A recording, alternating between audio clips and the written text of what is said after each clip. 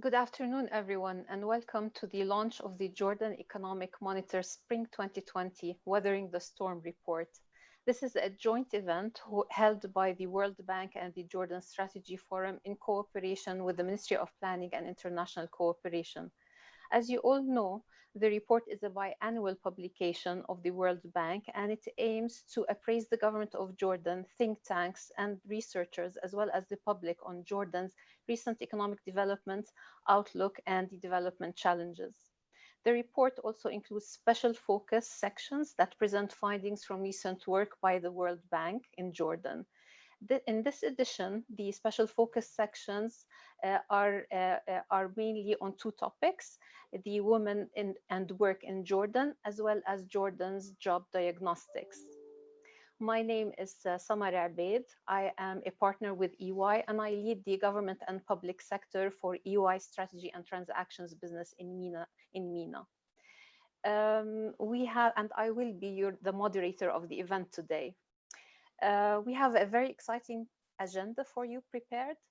But in the beginning, let's start with some opening remarks from His Excellency Dr. Wissam Al-Rabadi, the Minister of Planning and International Cooperation.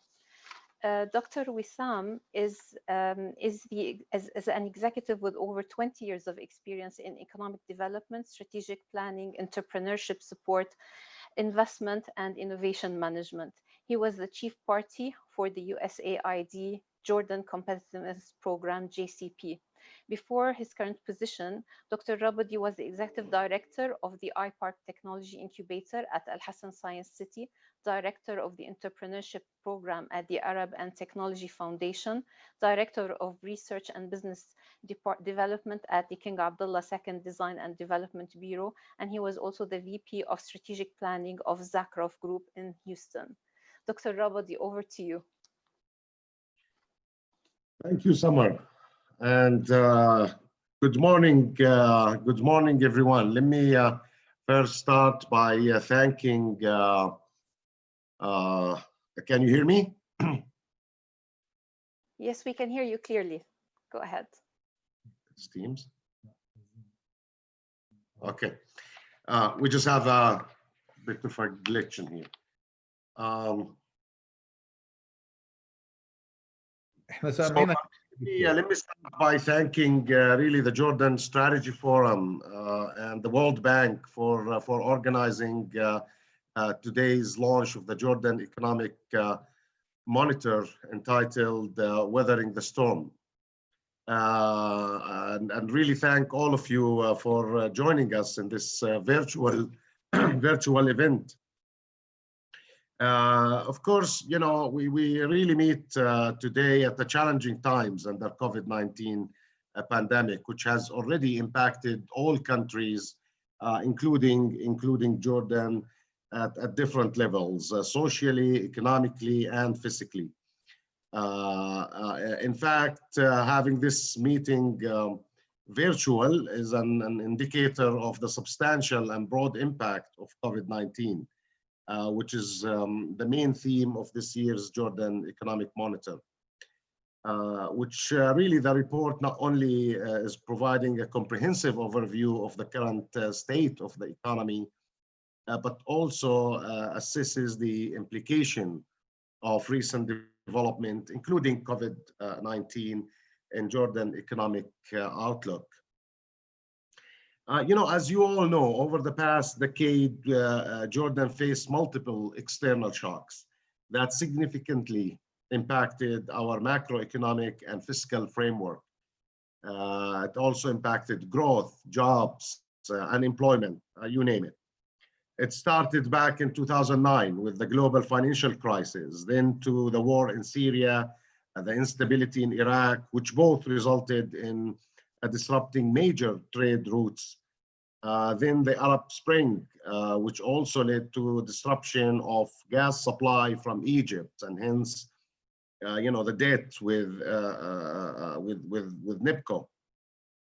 And then, of course, the influx of 1.3 million Syrian refugees, which still, this is a crisis, another crisis still on the ground here in Jordan, and is a burden to our economy. All these external shocks were really disproportionately large for a small country like Jordan, and it has a significant impact. Yet we believe that we remain resilient and continue growing, even if not at the pace that we would like, and maybe at a slower pace than the previous decade. Nonetheless, we're still pushing toward growth. Over the past 2 to 3 years, our main focus has been toward creating growth and jobs through stable macroeconomic and fiscal framework to increase export, to increase foreign direct investment, etc. We further strengthen our fiscal measures and accelerated economic reform through the 5-year reform matrix that was launched in London in 2019, as you recall. The objective, of course, of this reform matrix has been to stimulate the economic growth and create decent jobs for Jordanians, particularly for youth and women. In fact, as the report indicates, Jordan economy was performing remarkably well at the end of last year. Current account deficit, for example, as percentage of GDP, had declined significantly. Export were increasing while import were declining. Tourism receipts were robust. We also continue to remain on a path of fiscal consolidation. Between 2012 to 2019, Jordan implemented fiscal measures that constitute over 14% of GDP, which is one of the highest in the world. On FDI, FDI flow did not really pick up as we hoped. However, we're taking measures in that area. We have been laying the legislative and institutional foundation for a new public investment framework and a public-private partnership framework that we are confident it will contribute to increased domestic and foreign investment in the country in the near future. Also, we just right before the pandemic, the 2020 budget was really transformational this year. We aimed for increased capital investment, over 35%, lowered current expenditure, strengthening measure against tax evasion, and raise public sector wages after almost 10 years gap in that regard. However, earlier this year, just like the rest of the world, we were hit by the COVID-19 shock, which is a shock, as you all agree, is unprecedented in magnitude. That is expected to pose unparalleled ramification for Jordan and the world.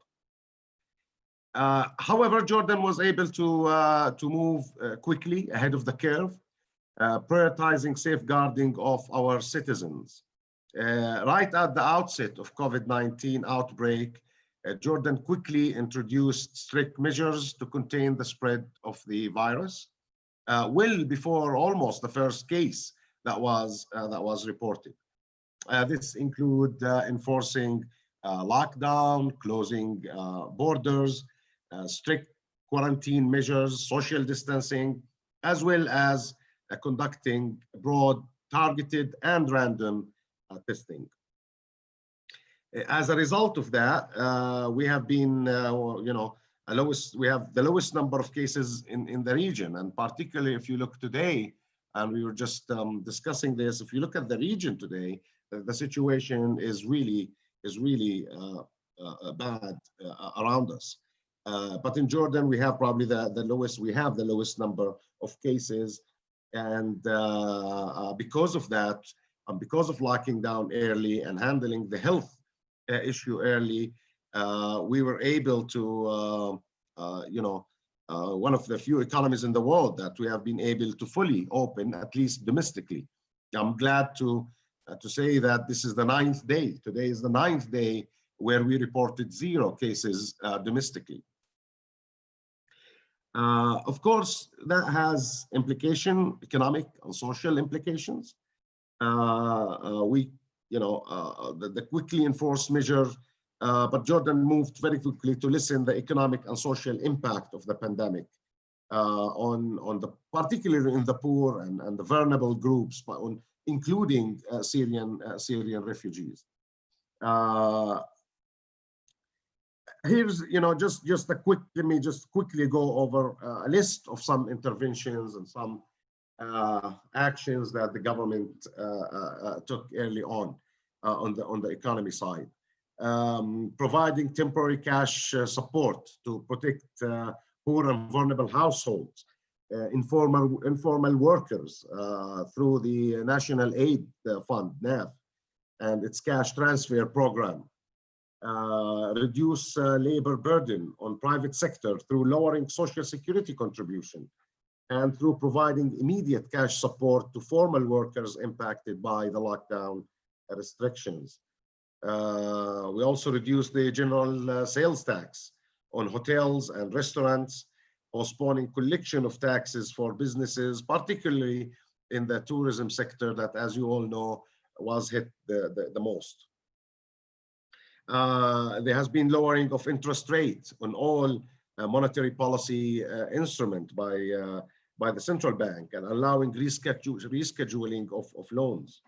The central bank also injected around 500 million Jordanian dinars of subsidized liquidity to be available to small and medium-sized enterprise on loan basis.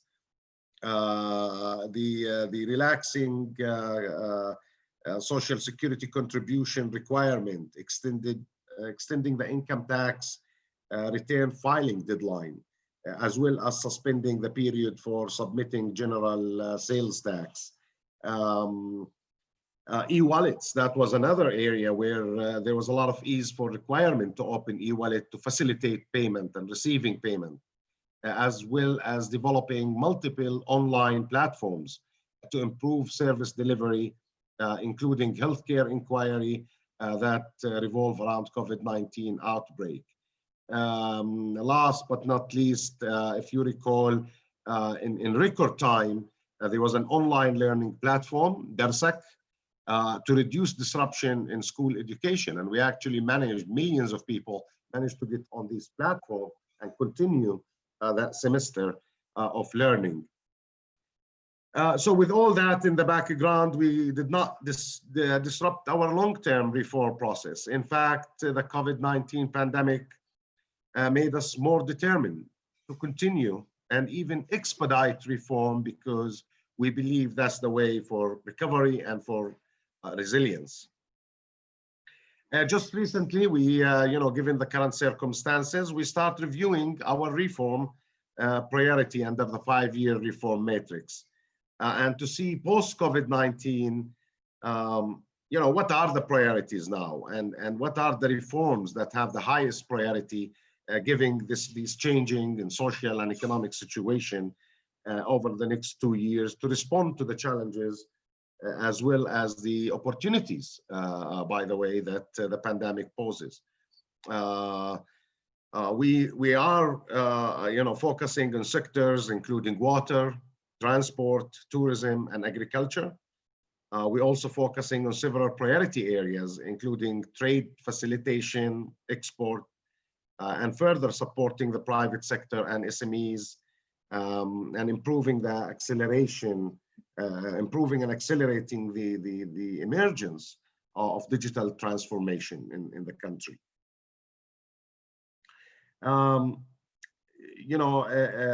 We believe it's, of course, all sound good, but we all know it's not going to be easy under the COVID-19 situation, especially as the report actually predicts an economic contraction of 3.5% in 2020 before we hopefully witness a gradual recovery next year.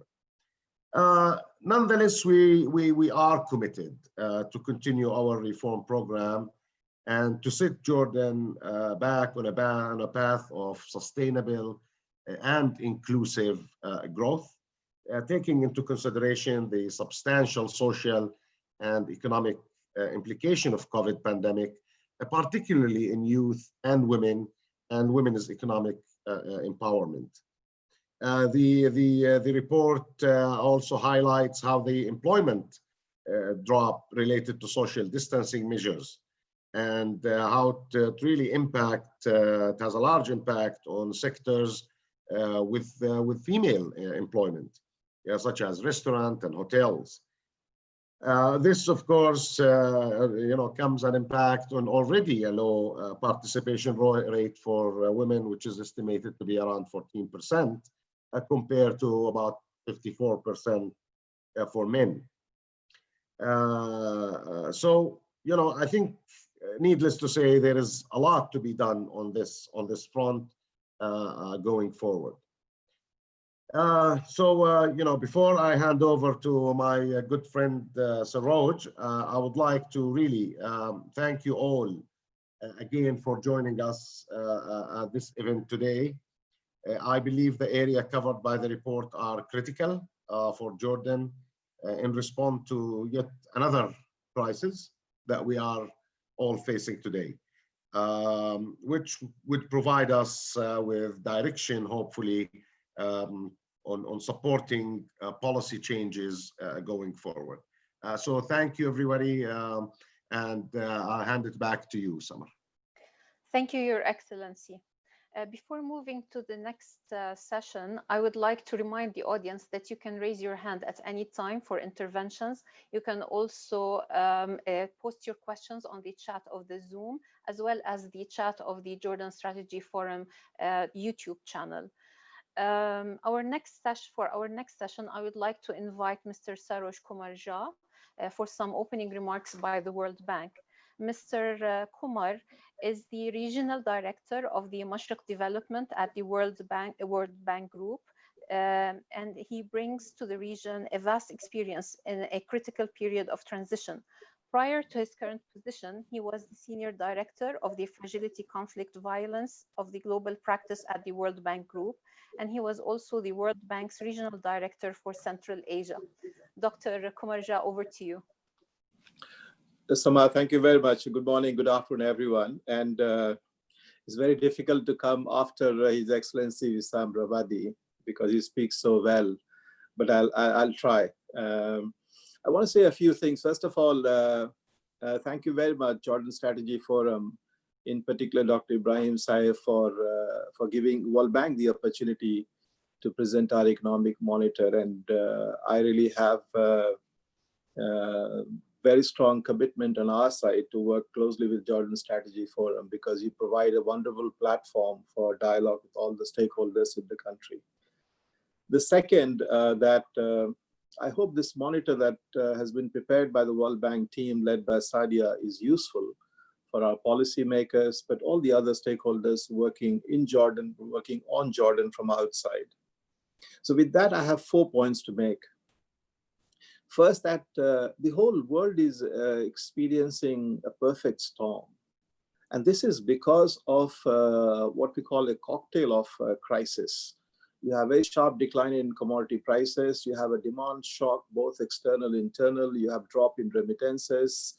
You have sharp decline in tourism travel across the world. So I think we are experiencing shocks that we have never seen before. Till recently, many people were comparing this with the global financial crisis. And now I hear many people talking about the Great Depression, post-World War II. Different, so reference has changed for people as we kind of go into this pandemic globally. So with that in mind, let's turn to Jordan today. And I want to mention a few things where I think Jordan has really done remarkably well. And it's a good example for many other countries, how you actually combine both public health and a fiscal response to really weather this storm. First, on the effective containment measures, and His Excellency Minister Planning talked about the numbers for Jordan in terms of very low numbers of confirmed cases, very low mortality rates, in Jordan effectively due to very early on measures taken by the government, what we call the non-pharmaceutical measures in terms of containment. It has really done quite well. And at the same time, government also put together a plan, what we call smart opening, easing the whole lockdown process and gradually opening the institutions and the economy is also a good example for many other countries, that your process of easing the lockdown should be data-driven, should be based on evidence. As you see, as you conduct more tests and you see which are the clusters where cases are being reported, and that gives you the confidence as to how you can go about opening the economy. And Jordan has done precisely that. And I would strongly recommend that we work with Jordanian government to document the public health response, which I think is quite remarkable. The second is the fiscal response. And His Excellency talked about it, but I just want to highlight two very important points from a World Bank Group perspective. And this is essentially about supporting the poor in the country, poor and vulnerable households, but also those informal workers working in small businesses whose job was at risk, and therefore it needed a strong intervention by the state. And Jordan has really mobilized a very strong fiscal response to support poor and vulnerable households through various cash transfer programs, through various other social assistance measures, support to the firms and the financial institutions, and many measures that His Excellency talked about. Again, I think a very good example of how you mobilize very quickly a fiscal response to complement your public health response. And both these responses, in my view, have been very high quality, very timely, and very rapid in terms of its implementation. The third is something which people do not talk about, but I think I want to mention here, is that during the times of crisis, we have seen globally that it takes a major hit on the human capital of a country. Your education system, impact on the health system. Of course, the country is going through a pandemic, but remember, there are many other public health issues in the country that you need to continue working. These are non-communicable diseases. There are so many. You have reproductive and child health. You have maternal health. There are many other very important elements of our what we call the human capital that needs continuous attention, and more so during crisis, because any disruption in those service delivery would have a bigger problem in terms of what will happen at the end of the crisis. And I think the Jordan government, through a very strong public health response in building the public health systems, but also making sure that the education system is resilient to what was experienced during the pandemic, has essentially helped to maintain, I would say, the delivery of quality education and health services to its people. Technology played a huge role in helping Jordan do this. And Jordan has been a leader in actually bringing technology big time in education, in health, and especially supporting people in the remote areas. And a few examples that His Excellency mentioned are quite relevant in terms of how do you create actually online platform for children to learn, even if they're not able to go to school. And it is extremely important. And there are studies done by the World Bank which shows that if children are not able to attend to their learning curriculum, to their classrooms, to their other kids in the class, it has a huge impact in terms of the total number of learning years, effective learning years for them. And it shows sharp decline during crisis. And I think when we kind of look back into the Jordan experience, we'll find that the measures taken by the government would have really helped avoid a decline in the human capital for the country. Now, fourth is my kind of point looking forward, and that's my last point. Now, we all need to remember that Jordan's real challenge as we kind of before we went into the COVID-19 crisis was essentially about three things. One, ensuring macro fiscal stability. Second, bringing growth back to the country. And third, creating jobs. So macro fiscal stability, growth, inclusive growth, and job creation were three kind of primary objectives for Jordan for some time. And we are still dealing with very high levels of youth unemployment in the country, particularly for women. So it is extremely important that those kind of medium-term objectives continue as part of the recovery program. And the challenges I see is that many economies which were more kind of based on exports. What is going to happen is now the export markets are going to, we don't know about the export markets yet. Where are you going to export your products now? Many countries are going through this pandemic. So I think need for looking at more the domestic economy, more in terms of competition, more productivity, more efficiency in the economy is going to be a very critical part of the reform agenda that the government would need to work as part of the 5-year reform program that His Excellency mentioned. So I will stop here and happy to come back during the Q&A. And thank you very much. Back to you, Samar. Thank you, Mr. Saroj. I think we have enticed the audience enough to get a gist about the content of the report at this stage. And so for our next session, Ms. Sadia Rafaqat will be presenting highlights from the Jordan Economic Monitor 2020 report. Ms. Sadia is the senior economist for the World Bank in Jordan. And before coming to Jordan, she was working as senior country economist for the World Bank in Pakistan. She has previously also worked for the International Monetary Fund, Pakistan, and Washington, D.C. She brings with herself 15 years of experience of working as a development and macroeconomist. Ms. Sadia, over to you. Thank you, Samar, for this warm introduction. And like Saroj was saying, it's difficult to come after Dr. Wissam, so I have a double difficulty because I'm coming after Dr. Wissam and Saroj. So I need to put the presentation up, and it's going to be a short presentation. Samar, just let me know when you can see this. Thank you so much.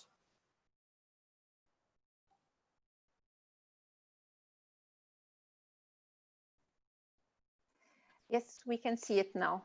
Thank you so much. So welcome to the dissemination of Jordan Economic Monitor, Weathering the Storm. It's a spring 2020 report. As Samar introduced me, my name is Sadia Rafaqat. I'm economist for the World Bank Jordan. It's pleasure to be here with you today. As just before we start, I just would like to mention that the report is basically talks about the recent economic development. It's not an analytical report, and the report is time-stamped towards end March 2020 when the COVID-19 crisis was just starting. The one thing that the report picks up, and it has been picked up by both Saroj and also His Excellency, is that Jordan growth has been slowing down. And if you look at the decade of 2000 and look at the average growth, Jordan registered almost a 6.3% growth. But if you look at the decade of 2010, this dropped to 2.4%. His Excellency, Dr. Wissam mentioned quite a few external events, and all of those are in the figure. If you look at the top, including the 2011 disruption of Egyptian gas, the Arab Spring, the Syrian influx of Syrian refugees, and 2015 border closure with Iraq and Syria. For a small country like Jordan, these are very significant external shock. And we have to really commend that the macroeconomic policy has enabled still the economy to remain resilient, and despite these shocks grow by almost 2.5% of GDP, which is quite commendable. However, at the same time, what has not happened during the last decade is that the structure of the economy has not changed. So if we look at the indicators such as the I-Core incremental capital output ratio in terms of how investment is translating into growth, it has been diminishing over the last decade. And also if you look at the efficiency and productivity indicators such as labor productivity, which is on the right side, you can see this declining trend. And this is also affecting the impetus with which the Jordan can reach its potential growth. If we look at the sources of growth, and I'm going to spend very short time on this one, is that the service sector remains the most important sector with 56% share. This is important information because of the COVID-19 shock that we are also seeing. But on the other side, if you look at the industrial sector share has over the last 5 years has almost halved from around 28% to 15%. So that's quite significant decline that we are seeing in terms of the industrial sector contribution to growth. If we look at the demand side contribution of growth, growth seems to be much more driven from the consumption side and the net export. And the concern remains that the contribution of investment remains very incremental, and it has a consequence for growth as well. If I look at the highlights in terms of what was the 2019 highlight, external sector definitely was one of the remarkable development. The current account reduced significantly to 2.8% of GDP in 2019 from 7% a year before. Exports grow robustly despite the fact that there was a price effect that was happening at the same time. The quantums remained high. The imports contracted. The travel receipts grew robustly for the second consecutive years. As a result, at the end of the 2019, the Central Bank of Jordan gross reserves increased by almost 825 million over last year. So this is quite significant. However, if you go to the fiscal side, and if you look at the left side of the chart, we are also seeing the signs that the fiscal consolidation effort is becoming more and more challenging over the last 2 years, and it's quite evident. And if you look at the fiscal story, there are two main parts. One is the recurrent spending, and the other side is the tax revenue. Jordan's recurrent spending consumes most of the spending. And in terms of the rigidity, it's quite significantly rigid with three main heads, which are consuming almost 2/3 of the recurrent spending, i.e. interest payments. You also have defense, and you also have public sector wages. So over the last 5 years, it has kind of more or less settled around 25% of GDP, as you can see in the figure. If you look at the tax side over the last 10 years has kind of remained stagnant around 15% of GDP, and 2019 was a slight dip compared to the 10 years average as well. As a result, in order to create the fiscal consolidation and the fiscal space, the capital spending has been used more prominently. So if you look at the capital spending at the start of the decade, it was around 5.1% of GDP. And in the 2019, we ended up with 2.9% of GDP capital spending.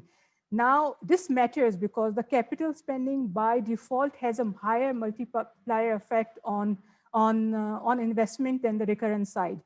So as Dr. Bassam, His Excellency, pointed out, the steps to renew the investment in the economy are critical in order to drive the growth in this turbulent time.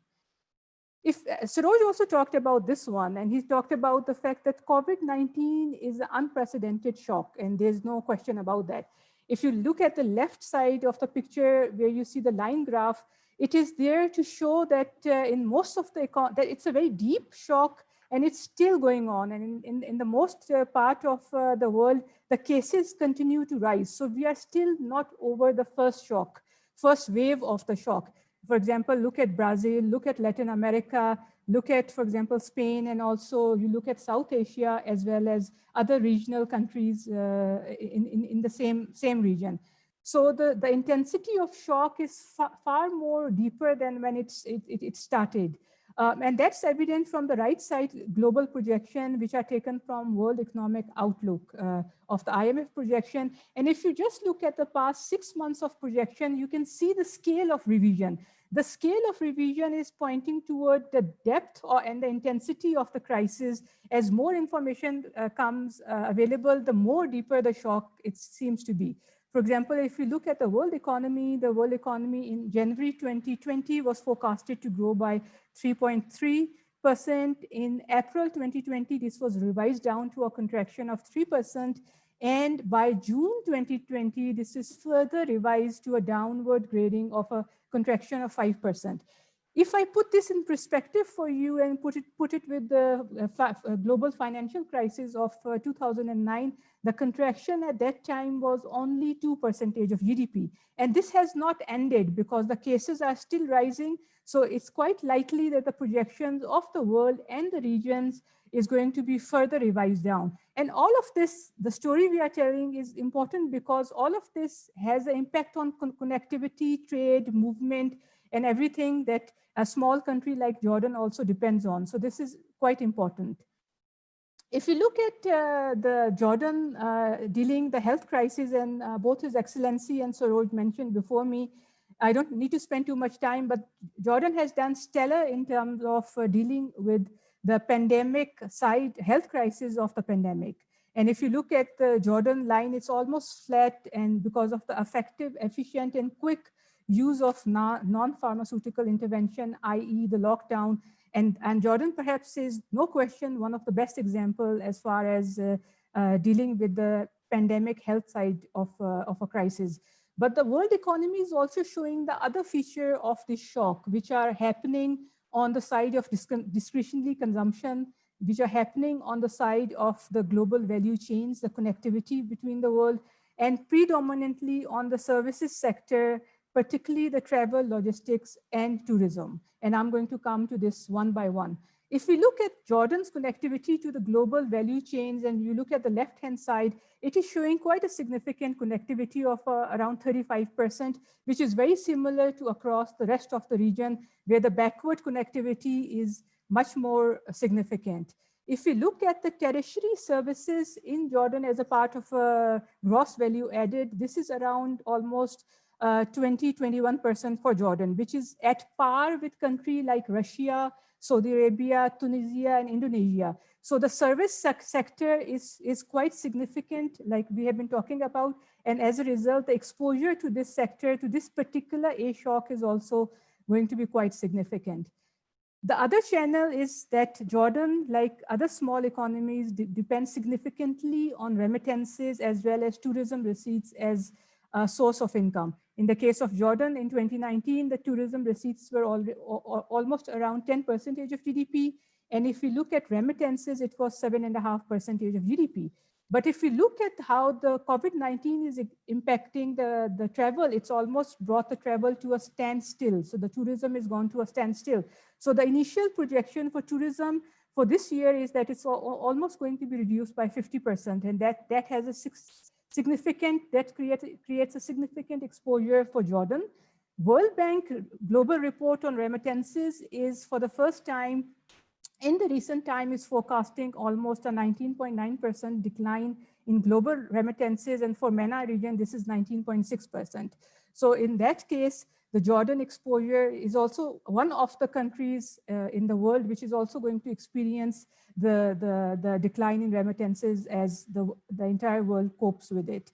If we look at the real sector activity during the lockdown, and this data is taken from Google mobility data, you can see after the lockdown, some of the key sectors almost came to a standstill, which is in line with expectation because it's a lockdown that's happening. But if you look at the sectors going back to the baseline, even when the economy has opened up, and we look at sectors like, for example, transport, look at retail, look at the workplace movement, they are still trying to reach the level that we see as the zero line before the lockdown. So the economic impact is quite significant. And this is now telling with the real-time data that is coming along for the macro economy, which is not covered in the report. But what we are seeing is, for example, the Q1 2020 is showing GDP growth of a 1.3% compared to 2% percentage points growth last year. So you're already seeing a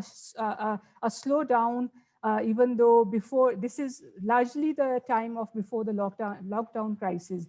If we look at the domestic revenues for a month, we see a decline of almost 22%, and the fiscal deficit for the 2020 for the 4 months around 2.7% of GDP, which is the time it typically takes to get during the 9 months. The headline inflation remains muted. The impact on export, as the time is showing, is much more significant. For example, the first 4 months is showing a contraction of 7.5%. However, if you look at just the April, the export contracted by 39%. This is something Saroj also talked about. And if you look at the WTO global projection for 2020, it is forecasting a global unprecedented contraction in the world trade from 13 to 30% for 2020. So there's a significant band of contraction that they are saying, which has not happened any time before. The travel receipts are also getting hit. If you look at the 4-month, it's down by 37%. But if you look at April data, we are looking at almost 50% with almost zero in the case of May. Of course, it's obvious because of the border closure and all of these things. Remittances also are showing a declining trend. If you look at month to month, it is getting deeper, and the first 4 months are cumulatively showing a decline of almost 6% here. So what do we see in terms of outlook? And I just want to put in front of you that the report is time-stamped end March 2020. So the projections were made at that time in terms of the available information, in terms of the global contraction and the trade information. And as you see from the global projection, that the revisions have been quite significant, and each revision is much more significant than before. So the World Bank for Jordan is projecting a contraction, as His Excellency also talked about, of a 3.5%, and then a revival that starts over the medium term from 2021. If we look at the fiscal balance, we do expect the fiscal deficit to increase this year as a result of COVID-19 related expenses, as well as some of the postponement in the case of revenue mobilization. The public debt, because of these two factors, will get impacted. And if you look at the public debt, general government debt, net of Social Security contribution, it is expected to rise to 88% of GDP and then basically remains more or less stagnant at that level. The current account as a percentage of GDP was forecasted at that time around 5% of GDP, with 40% contraction in travel receipts and 15% contraction in remittances. What is very important to keep in mind is that if the shock becomes still more deeper, the way that we are seeing in the case of first wave still continuing, it will also going to have an impact on the entire world as well as Jordan as well. For example, the World Bank for almost 150 countries is now projecting a contraction which is unprecedented in scale for the first time. What can be done? I mean, I talked about the fact that we have to understand that the COVID-19 is not yet over, right? But we also have to give a lot of credit to the government for dealing with it much more effectively and efficiently, like Saroj talked about the health crisis and dealing with the health side and also the fiscal policy aspect. But like I said, there are still significant downside risks to the 2020 and also to the 2021 projection, because a lot of countries are also showing sign of second wave. And if the second wave becomes more prominent holistically and it starts to affect many more countries, then of course a small country like Jordan will also get impacted by this. One point is very clear, that the business as usual approach in these circumstances will not work. And we need to think about out-of-box solution, because this is an out-of-box crisis that nobody has seen before. It's not an earthquake, it's not a flood. It didn't happen in 1 day, 1 hour, and it's gone. It is still happening, and it started sometime in December. What is very important, as Saroj also talked about this, is to maintain macroeconomic and financial sector stability at this critical time, and also to continue to implement with the structural reforms. Here, the key reforms are also His Excellency talked about that digital economy, also the supply chain movement reforms dealing with the firms which are part of the export chain is super important. But also reforms that build the human capital aspect of the population, like building skills, and the labor market integration is something that I'm going to come in the special section briefly, are super important. It is also very important to pay attention to eliminating the domestic distortion, which were there pre-COVID and which were also affecting the level that Jordan can grow if these structural weakness of the economy is addressed. The report has two special sections. One deals with gender, and His Excellency also talked about, what we are saying is basically also echoes what His Excellency said, that the gender participation of women particularly is a crisis level, because it's less than 15%. If we compare this to a MENA region, this is 7 percentage points. If we compare it to a comparative High middle income countries, this is almost 46 percentage point lower. Women unemployment is almost twice that of the men, and there are significant wage differential between men and women, even in the cases when women are better qualified. And the typical and more prominent obstacles which are cited are lack of access to safe transportation, the social norms being a very significant feature, as well as additional barriers for mothers in terms of child care provision. Why this is important is because this is Jordan's asset, a qualified women who are already part of a society. Not only they can turn this around for themselves in terms of earning higher income for themselves and also for the households, but also create more productivity for the economy and create by default more growth. The second section deals with the job diagnostic for Jordan, and I'm going to be brief about this. And it basically talks about three critical issues. One is the segmentation of the labor market in Jordan, which remains quite deep. It's the segmentation basically is across all features, whether we look at gender, whether we look at regions, or whether we look at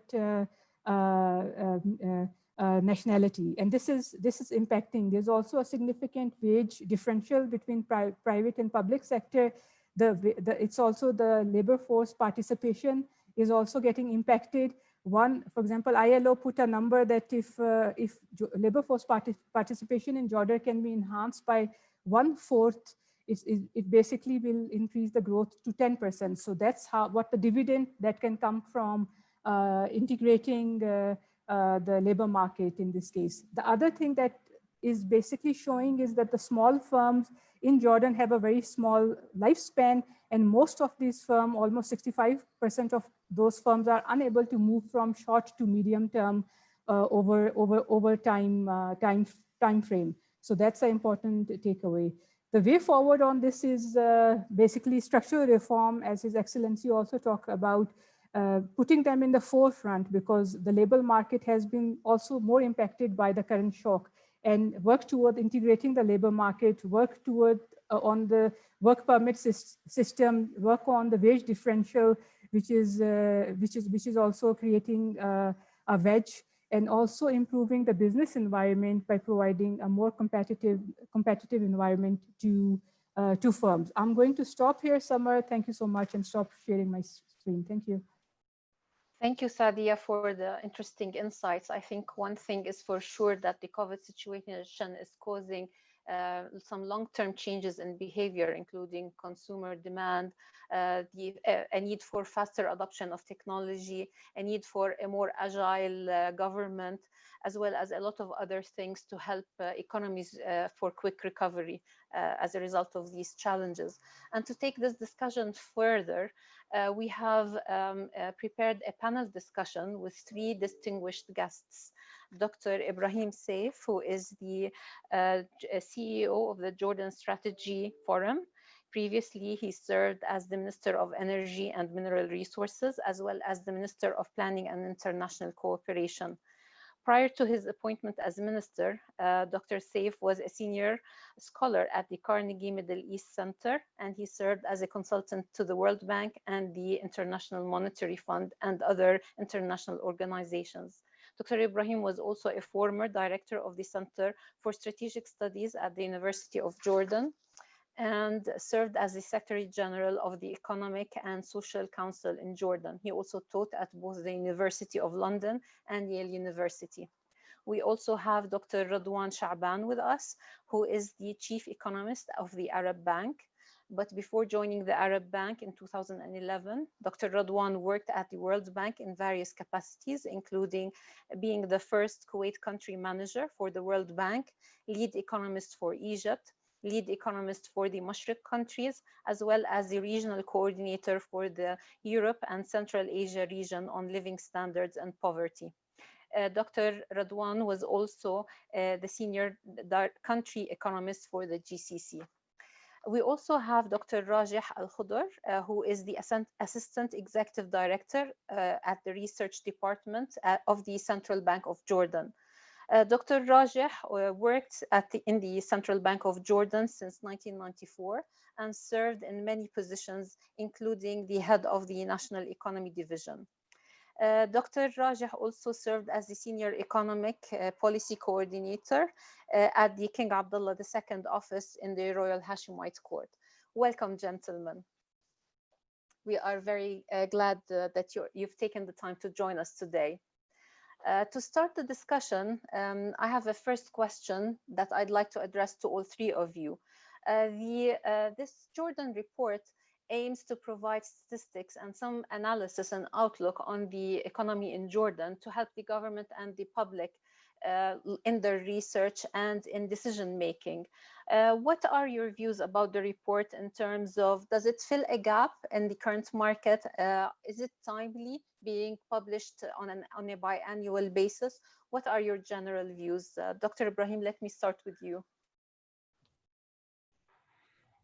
Thank you very much, Samar, for the introduction. And as a co-host, I would like also to thank both His Excellency Dr. Wissam, a friend and a former member of the GSF, and Dr. Suruja Saadiya for giving this opportunity to be part of presenting this important report. The question posed by Samar is regarding if it does fill a gap or if it helps in also projecting the future of the Jordanian economy and where we're heading in this difficult circumstances that we're going through. My answer is definitely it's positive. Yes, it does provide this holistic macro view of how our economy has been performing in the first quarter, and the update that was introduced to cover also the implications of COVID-19 and how it has impacted or disrupted, as a matter of fact, the performance of our economy and where we're heading in this, with the emphasis on some issues related to labor. Saadiya has correctly went through the report. My intervention probably would sort of add to the part of adding some questions and some additional issues that we probably need to look at. When we talk about the domestic demand or the external demand, or the total demand in general, and how it has been impacted by the recent developments in Jordan, clearly what we need to do is really how we can expand that part of the demand. While we understand that there is a decline in export and there is also that behavior that has, as Samar alluded to, changing of the behavior both on the investment side and on the investor side. Now people are hesitant. I would like to emphasize the issue related to unpredictability, uncertainty, that have serious impact on the decision-making process at the individual level, at corporate level, and at government's level as well. This definitely would have an impact on how we can navigate through and how we can encourage and entice people to sort of have that as possible, a positive outlook to what is being undertaken. My second issue that I would like to bring into the discussion as well is that, and this is also alluded to by Saadiya when she said that the structure of the Jordanian economy and the quite astonishing decline of manufacturing or industrial sector to the GDP is something we have to really examine further. Is it related, and the expansion and the increase of the services component of the economy, is that related to an incentive structure that we are providing in Jordan? Is that related to investors running away from greenfield long-term commitment in investment? We need to analyze this more in order to understand this dynamics of the Jordanian economy. And the third point, it is also next to that graph, is related to the declining productivity of the Jordanian economy. This is something, if we want to put the economy at the forefront, competing with the rest of the world and competing in the export market and emphasizing that probably the expansion of demand wouldn't come in the short term or the immediate term from the domestic market, then it's coming from the export market, then you really need to be competitive in that regard. We know that we're suffering from probably a high cost in terms of production, especially in the manufacturing, but and that would probably reflect on our export level in that regard. But lower labor productivity or total factor productivity would definitely have a negative impact on the our ability to export or compete in the more competitive export market. So we have really to further examine these issues, and hopefully we can, even in this debate, deliberate a little bit about what can be done for that matter. Incentive structure, enhancing productivity, and also increasing the level of predictability and certainties about what's coming next, so we can plan on that. I'll stop here, although I have a very quick comment on tourism and what can be done at that level, but maybe that we can discuss it further as a major component that was hardly hit. And my last word is that let's talk a little bit about the time to recover. I mean, His Excellency, the Minister, has mentioned this, Sarouj has alluded to this, but it's good to know that which shape we can project. Is it a V shape? Is it a U shape? Is it an L shape? In order to regain growth momentum. And I'll stop it here. Thank you, Sama. Thank you, Ibrahim. Dr. Radwan, your views on this as well are welcome. Thank you very much. I think the question is this report timely? Does it fill a gap? And let me take the gap first. I think this is a very good analytical report addressing the macro issues. It links the different aspects, the growth, the fiscal, the external, the monetary together to come up with a good analytical story about Jordan's economic development. Thank you. Does it fill a gap? No, it fills a gap for sure, because we have analysis of macro data in Jordan. We have, on the one hand, the monthly report of the Central Bank of Jordan, which is really more of a documentation of what has happened in those various areas. And on the other hand, we have reports by the IMF, the Article 4 reports, which typically come every year, sometimes a bit more, but those have a different format and a fixed and uncertain timeline. I think this report is really, it fills an important gap between those, in a sense, as a quarterly or semi-annual report that can provide an analytical story of the macro development. At the same time, this report does one thing which actually is nice, which is brings in summaries of analytical pieces that the World Bank does elsewhere. One thing that I like to highlight, I know that Sadia in her presentation highlighted the female labor force and the job diagnostics, but I like to highlight the analysis of Oken's law, because there is always a puzzle in Jordan, which is growth goes up, growth goes down, unemployment seems to be unrelated.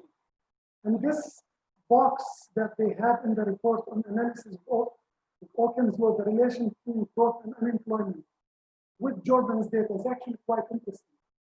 I mean, just for background, when Arthur Oken did the work for the US, 1% increase in growth would imply 2% decline in the unemployment rate. In the case of Jordan, they split the data into two periods: before 2003, after 2003. Before 2003, there was almost no impact. After, there was some impact, but it's not as strong as in the US. It's 1% growth for 1.1% unemployment. I think it would be interesting also to push this further and to see to what extent is this linked to the decline in productivity that was addressed in Sadia's presentation and in the IPO. I think also on this issue, given the high level of unemployment in Jordan, one point that is probably helpful is to look also at employment, because we have a discouraged worker. As unemployment gets higher, discouraged workers get higher, and the labor force participation gets lower. So I think on the analytical side, this is the point that I want to make. Now, what is my issue with the report? Dr. Ibrahim raised some issues. I like to raise an organizational issue, more or less, which is most of the macro data that are presented in the report are a bit dated. As Sadia said, the timestamp for this was end of March.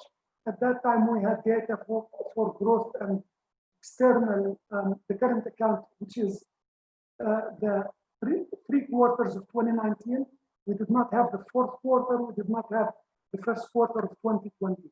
Now, the last quarter of 2019 was made available in April. The other data was made available just last week. There's a timeline. I think it would be really useful. In a sense, it takes away from the value of this report.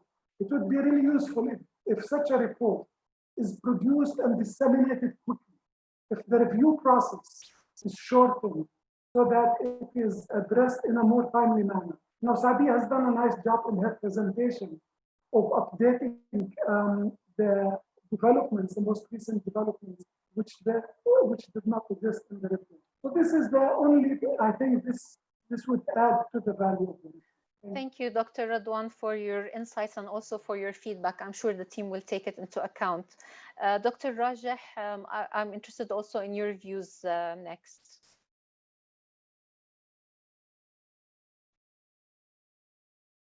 Dr. Rajeh? Yes, thank you, Samar. Good afternoon, all.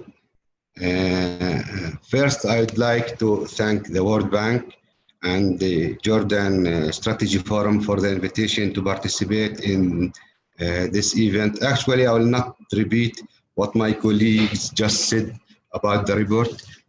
I will confirm that the report is very, very important. Despite the delay in releasing the spring edition of the report due to the COVID-19 pandemic, it is still with high value added, as it covers a gap that is not covered by any other reports. Actually, it provides comprehensive analysis of economic developments, imbalances, and challenges in Jordan in very deep manner. It is considered as a reference for everyone who are interested in the Jordanian economy, for economic policymakers, for students, economic researchers, scholars. For example, we are in the central bank, are used to use this report over the past few years. As we all know, the report is published semi-annually.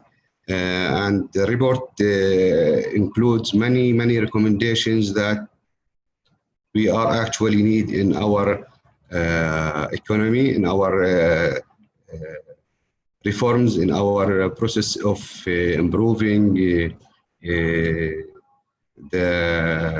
Jordanian economy.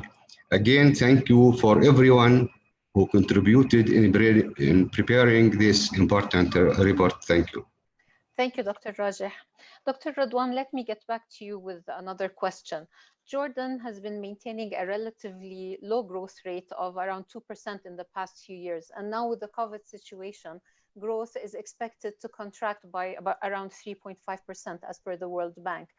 In your opinion, what has been hindering the implementation of strategic reforms in the past few years that to actually result in faster growth in the economy?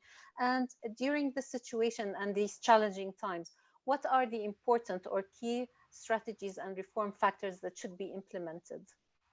Dr. Radwan.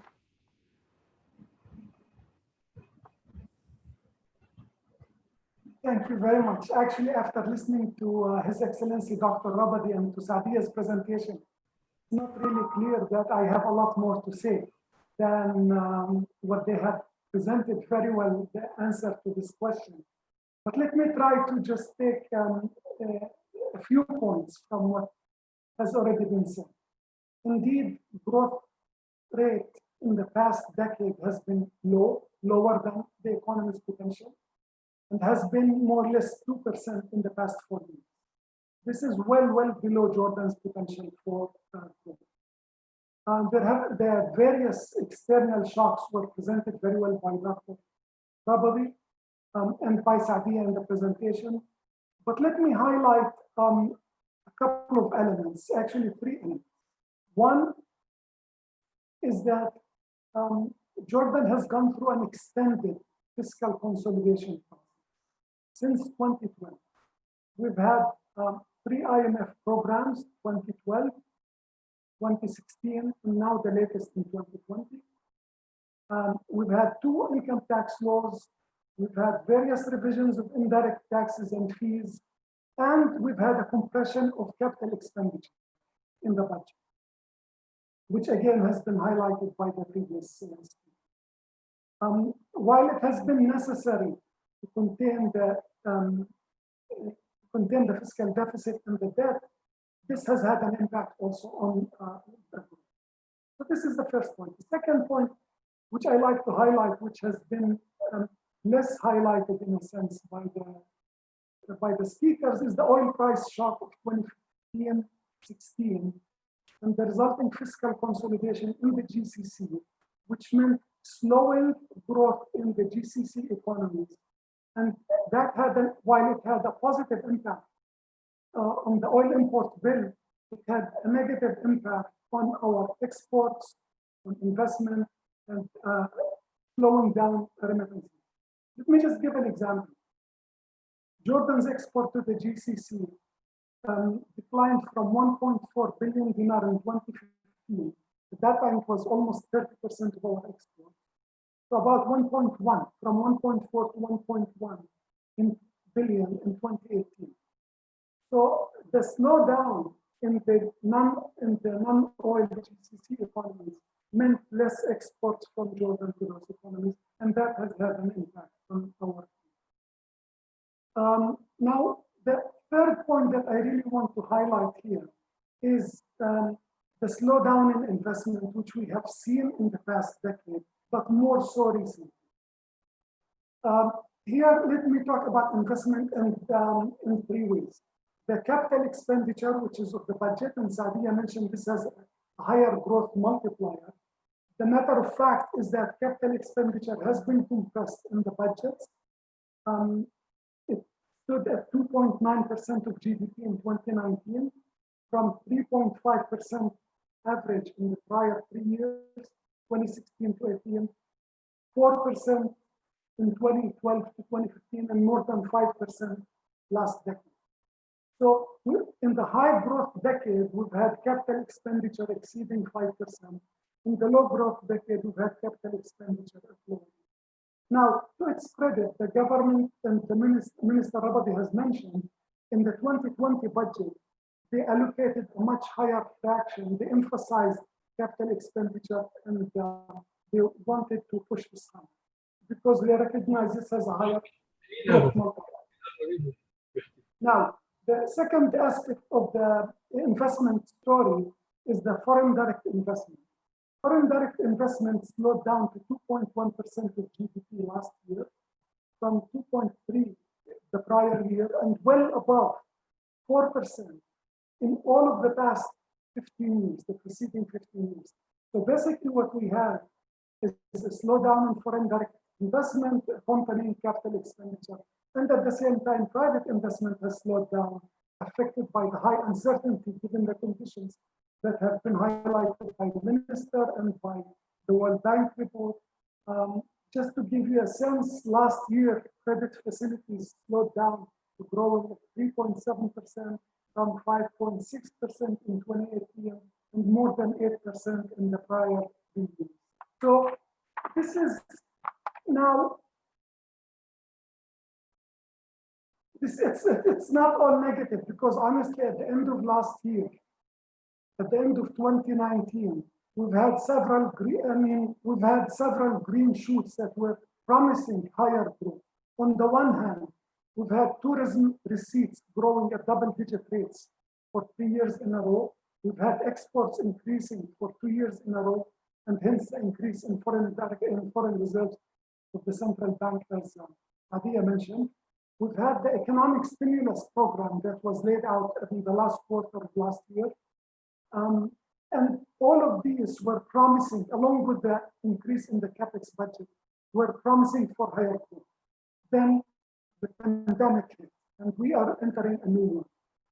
So, question, how do we move forward? It's really a big question. It's a major question for the world's economies. I think in the case of Jordan, let me just mention two elements. One, our success in containing the virus spread should help in the economic recovery and should help reduce the chance of a U curve, as Dr. Ibrahim said, toward more of a V curve recovery. Why? Because the confidence and the credibility in containing the virus means businesses can go back more confidently with trust, workers can go back confidently with trust, and the community, the private sector has the confidence that should contagion come again, the government will be able to handle this situation. And this is something that's actually beginning to be recognized and is emphasized often by economists, by the IMF. There is no trade-off between livelihood and living. There is basically countries that do well in containing the virus will end up doing well in speeding the recovery. So this is an important thing. Now, the second point that I like to highlight in terms of going forward is the importance of continued improvement in the business environment. Jordan last year did an amazing, was actually a leading improver globally in the World Bank's ease of doing business, jumping to position 75 from 104. I think this should not be viewed as a one and done, and I'm glad that Dr. Robert mentioned that the reform matrix is being under review for reprioritization and so on. The improvement in the business environment should be a continuous process, and at the same time, there should be continued emphasis on the reducing the cost of doing business in terms of government regulations, electricity, transport, and so on. So I think let me just stop here, but I would be happy to come back later in this. Thank you, Dr. Radwan. Dr. Rajah, my next question is to you. The report describes sizable improvements of the external sector in 2019, in particular, strong performance of trade and services. In your opinion, what are the reasons behind this improvement, and how can this trend be maintained given the challenging times that we are facing right now? And what are some of the measures that the central bank has taken to minimize the impact of the pressures of the COVID on the situation? Thank you, Samar. Actually, the external sector, as you said, 2019 registered an extraordinary improvement, as the current account deficit, including grants, declined to its lowest level in 15 years at 2.3% of GDP. This was driven by many factors. The most important one is the recovery in export, which increased by 7.3%. At the same time, imports decreased by 4.8%. Both energy and non-energy imports witnessed a very good decrease. In addition to that, the tourism sector continued to its recovery for the second year. Travel receipts increased as well, around 10%. If we look at the first 2 months of this year, the recovery of the external sector indicators continued.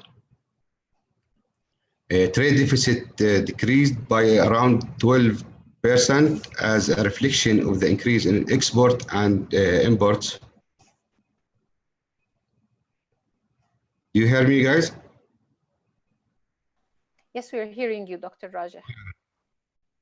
Tourism also continued its recovery during the first 2 months. Travel receipts increased by 3.6%. Unfortunately, the outbreak The COVID-19 outbreak changed the trend completely to the opposite direction.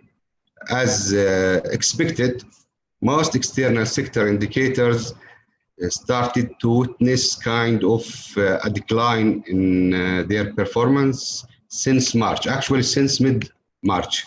Our indicators for April and May show that all sectors, all external sectors registered the kind of decline with at varying rates.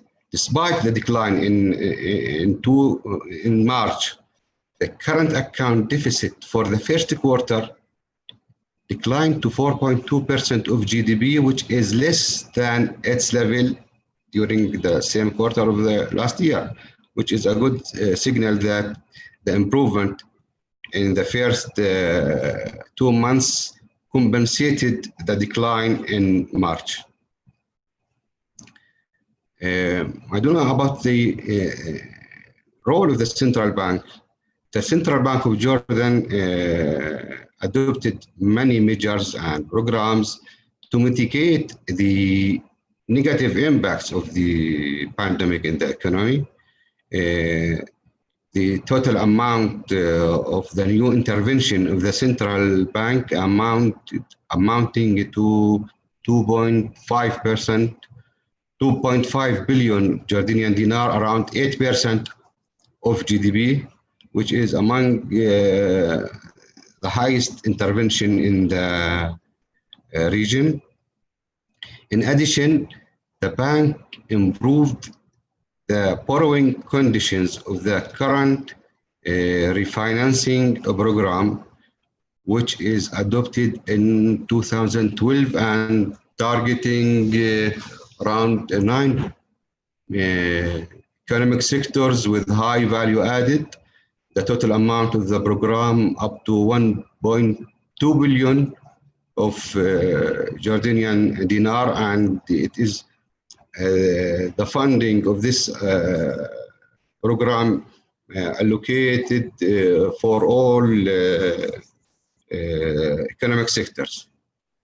Thank you, Dr. Raj. And I guess this program was mainly aiming to alleviate the pressures of the COVID on the SME sector in particular, as well as the rest of the economy. So thank you for your intervention. Dr. Ibrahim, my next question is to you. The report cites multiple challenges to Jordan's labor market. And as we all know, like unemployment rates have been rising. And so in your view, what are the critical things affecting unemployment and also like, you know, the skills and quality gap of our employees? Thank you, Samar. And, you know, unemployment is an issue that unfortunately would stay for some time with us. To me, when I look at the labor market in general, I look at three components. I look at the skill or skill building. I look at the regulations that are governing the labor market. I look at the demand and supply of the labor market. Well, unfortunately, I think we're having a problem in the three aspects or three pillars of the labor market. On the skills building, if you go and survey the private sector in Jordan, you would hear that, you know, we are creating jobs, but we're not finding proper skills.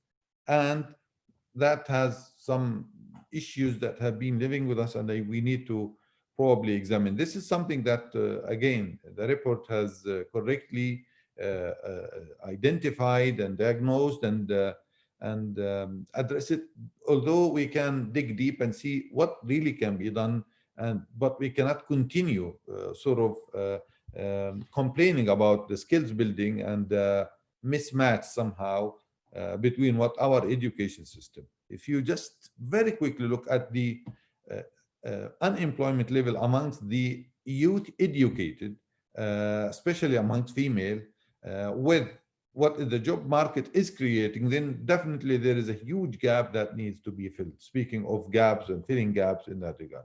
Now, regulations, and I know that that is, it starts from being a flexi labor market regulations to really how can you create level playing fields between non-Jordanian, Jordanian in the labor market. This is something now with high level of unemployment expected to go well over 20, probably by already it has gone over that with the pandemic, but definitely by the end of the year with the expected slowdown in the economy, then we would expect that there will be a higher level of unemployment, especially amongst our youth, both male and female.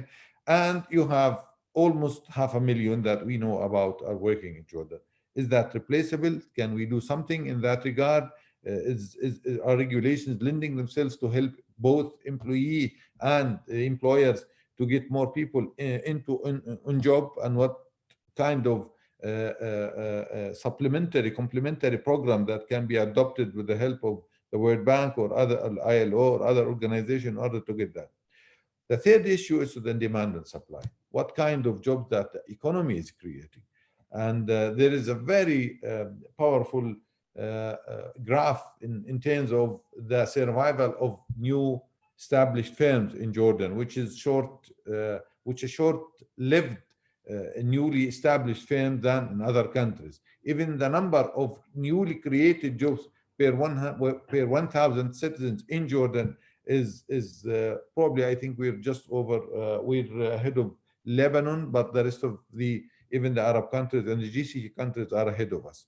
The survival life, and Dr. Radwan already talked about the Ocon law and the analysis, which went into really doing some nice, probably good analysis to cover that. Now, the labor market is very segmented in Jordan, and it is segmented and it is impacting when it's between private and public, and that kind of lack of any fluidity in making that labor movement between private and public. This is one thing that is blocking many people joining the newly created job in the private sector. Although it has been the driver of getting more people into the labor market, the private sector, I mean, yet this segmentation in terms of wages, in terms of incentives, in terms of stability in the labor market is something that is formal, informal.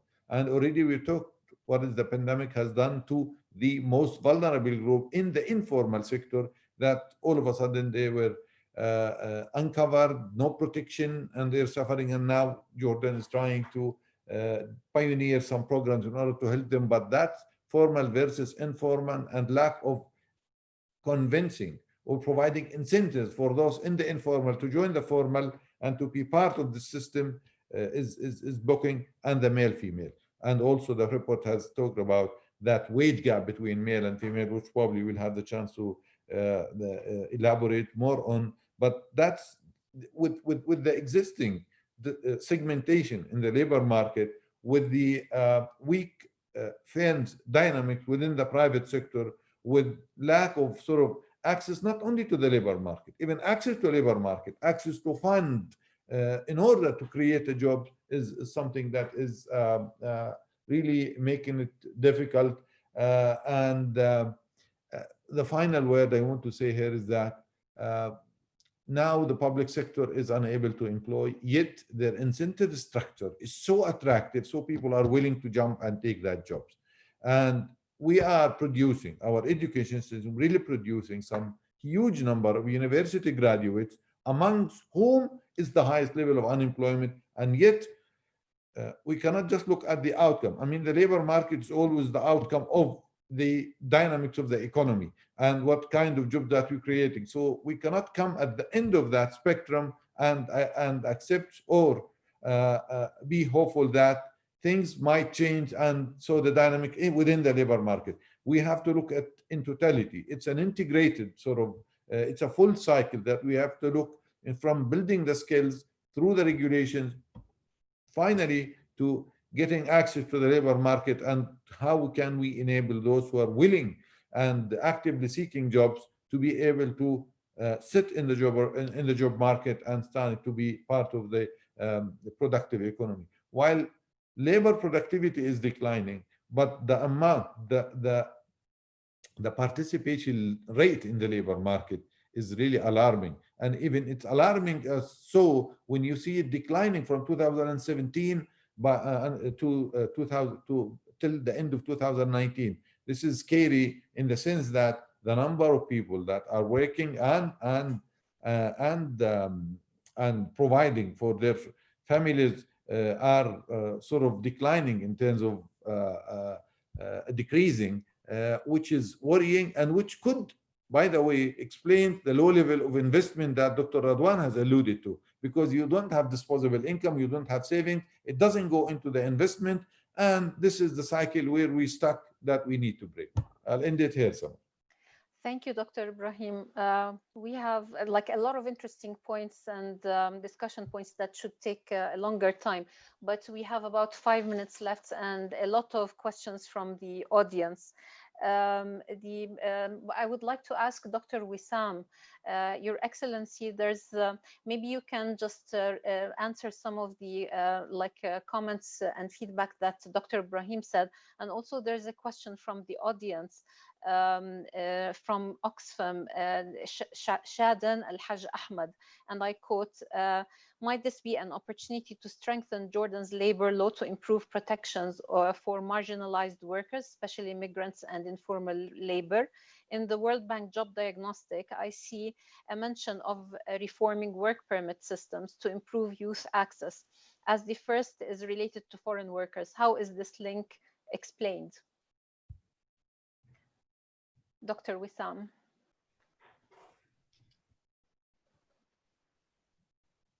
I'm sorry, Samar, I had to step out for a second. So can you repeat the question, please?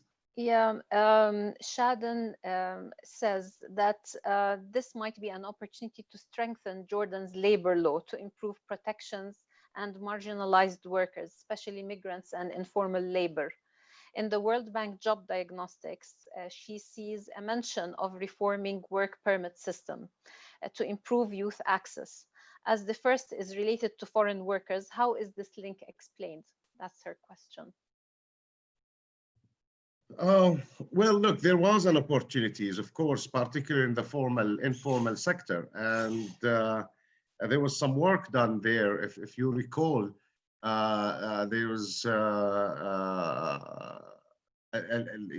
an incentive for informal workers to register with Social Security, and the numbers today, I don't know what is, they're in the tens of thousands of informal workers and informal businesses who join Social Security and move to the formal sector. So I think this is one of the opportunities that presented themselves during this pandemic that we took advantage of. I'm not sure about the work permits, but I think when we talk about firm competitiveness, many cases, and many of you know that some businesses require certain skills that are not available in the country at this point. And many, like especially in high tech. So the issue, for example, with high skill work permit becomes critical into providing this limited number of work permits and for highly skilled labor to allow the firm to become more competitive and to transfer know-how and knowledge to local firms. So I don't know if I addressed your question fully, but I would like, since I took this opportunity, I would like to go back to what Dr. Radwan was saying also and highlight an issue. And I want to refer to a report by the World Bank that just was recently published on the fallout of war. And it really clearly indicates that growth in Jordan, economic growth in Jordan, was slowed down by about 1.6% annually due to the Syrian crisis. So while we should have been growing at maybe 3.8, we end up growing at 2.1. So I think there is an issue we have to keep in mind related to the Syrian crisis, close of borders, burden of hosting refugees, a lot of these issues affected in my opinion, affected the growth. It's a great report that address the impact of the Syrian crisis and refugees in the Jordanian economy, as well as Lebanon and Iraq. So I encourage everybody to look at that. Yeah, thank you, Dr. Wissam. Another question is, which sectors deserve attention from the government given the COVID situation and the different impact levels on these different sectors in the economy? Well, all sectors deserve attention, but what we have noticed during this crisis is that we were able to move very quickly on the digital transformation aspect, on reaching on education, on digital payments, which shows the strength of our IT and digital economy in Jordan. Food security was a major issue, and I believe it will remain a major issue in the world going forward. I think agriculture, agribusiness, and food products are things that really Jordan shows an interesting competitive advantage when it comes to these sectors.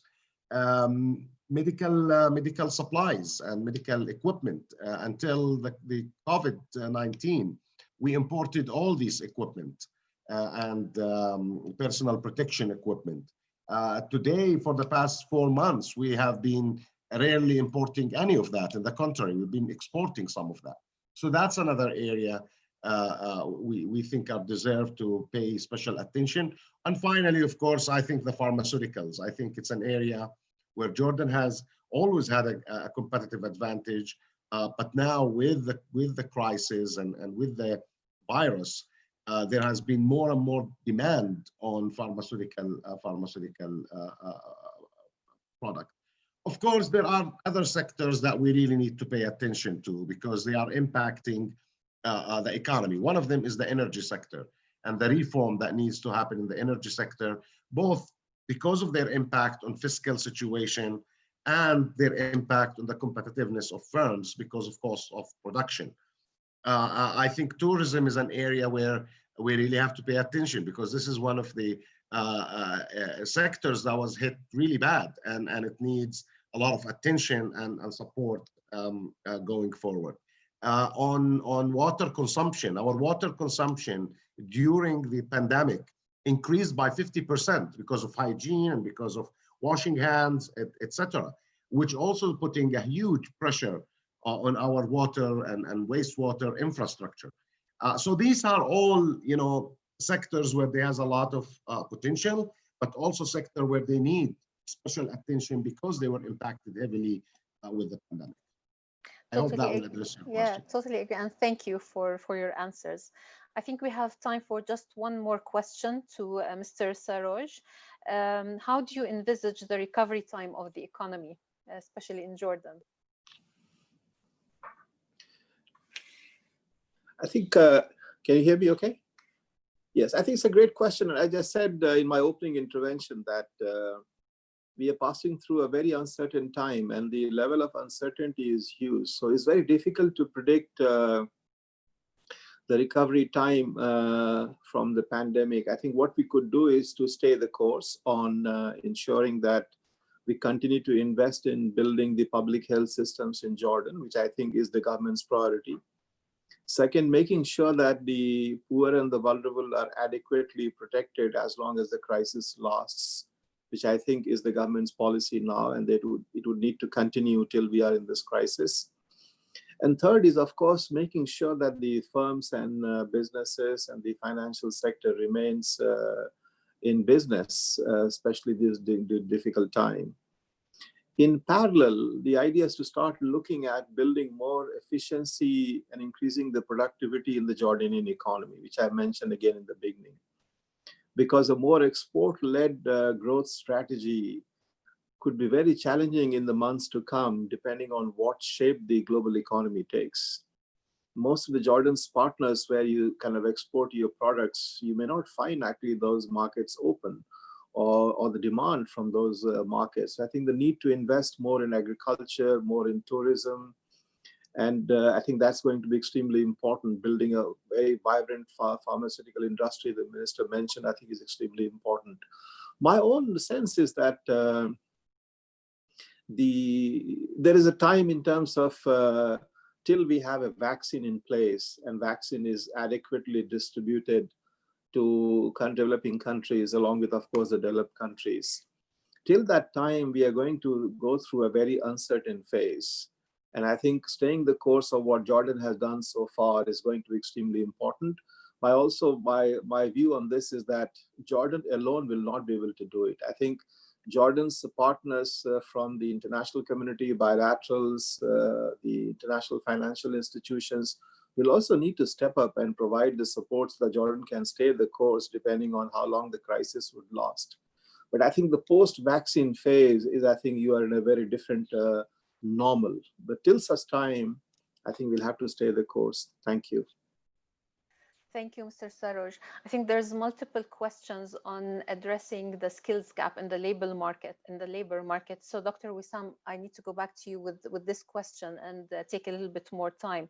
So how is the government intending to address the skills gap so that, you know, our labor market keeps on being competitive regionally and globally, especially now with education changing, the curriculums in different regional countries is changing, making the labor in those markets maybe in the future can become more competitive than the Jordanian labor. How do we intend to address these issues? Well, you know, what Dr. Ibrahim said was right on. I think there is a gap in between supply and demand in the market, and to that extent, we have been working on what we call a sector skill councils. It is part of a bigger umbrella where there are upskilling and really identifying the gaps to address the gap in the skill. I'll take, for example, just one of these programs, which is it's a World Bank program with the Ministry of Digital Economy to really reskill and upskill students and freshly graduates in the area of digital skills and 21st century skills. This is a program that just started a couple of months ago. It's a private sector led. So we have a sector skill council formed from the private sector who actually makes the recommendations on what skills are needed and how to move forward based on market demand. We're working with the European Bank for Reconstruction and Development, the EBRD, on the tourism sector in a similar way, on a sector skill council that really identifies skills needed in the tourism sector, and so on for many other sectors. We still have a lot of challenges, especially in vocational training, on the quality of higher education and how much it matches the market demand. But I think we're starting to try to address all these gaps in the skill set needed through some targeted programs, and to really make the private sector to be the lead on that, because they can understand better their needs, and hence the government can be able to support whatever is needed based on identifying gaps and needs. Thank you, Dr. Wissam. I think this is a trend that's coming out of the COVID-19, that situation whereby public and private participation is required and expected in a lot of areas, including labor and education. We have come to the end of our session, and unfortunately there's so many more questions that we weren't able to answer during this live session. But I would like to thank our distinguished speakers and also the audience for a very interactive session. I would also like to remind everyone that you can download a copy of the report from the World Bank website. Thank you all and have a great day. Thank you. Thank you. Thank you. Thank you, Dr. Wissam. Thank you very much. Thank you, Kamal. Thank you, everyone. Thanks, everyone.